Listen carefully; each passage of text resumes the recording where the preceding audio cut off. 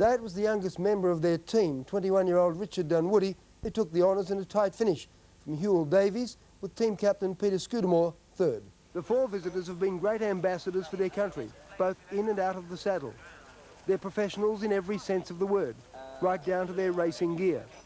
Steve Smith-Eccles stole the limelight with a double at the Valley last Saturday, and again drew well with Rock Fun. Hewell Davies was on the Hayes-trained Arctic Thunder, Peter Scudamore on the top-weight Yakita, and Richard Dunwoody the promising So Just. By the time they reached the last, it was obvious it was to be another Great Britain win. Active supremacy and neck in front. Oh, he bungled that. Arctic Thunder went through, and on the inside of him is So Just. Arctic Thunder and So Just are sharing the lead. Yakita running on fairly well. Arctic Thunder the outside. So Just going better on the fence. It's going to be a win for Great Britain and Dunwoody. So Just wins by a length. Arctic Thunder. Dunwoody, glad to boot home a winner for his team, says that the trip's been of great benefit to him and heaped praise on Australian racing. I think it's very professional over here, the whole setup, the stewards' outlook on the race, you know, they've got cameras all around the course.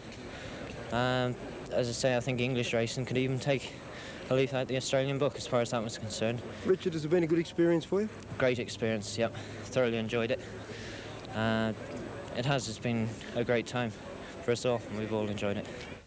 Final race tomorrow at Seymour. So Just a very promising hurdler at 6-1 from Arctic Thunder, also an up-and-comer, with Yakita third at 20-1. In other races, country sprinter Bulgara came to town and blitzed the city slickers in the sprint, and Arato scored an upset win in the second leg of the double.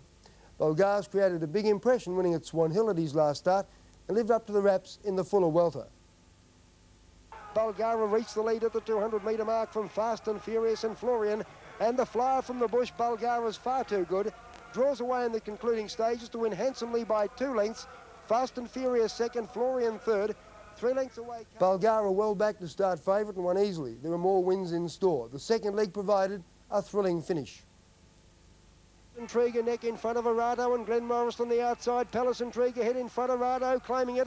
Arato on the outside doing best, and Glenn Morriston flying.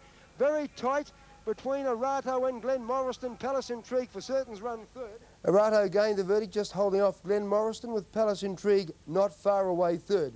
Today's quadrella on 1, 7, 2 and 7, $550.10. The daily double on 7 and 12, $69.75. Extra 11 and 1, $20.10. Return to Randwick 1 and 7 for $91.55. And finally at Murray Bridge 14 and 10, $190.70. Bruce. Thanks very much, Clem. And that rugby league match between Australia and New Zealand, just mentioning that score, Australia 26 to New Zealand 20. So I'm not sure who won the fights, but Australia won the match. Yes, oh, yes, well, that's good to see. Right? At least we won the match. That's great. Next on to the weather. And Rob, it was a horrid day today. All that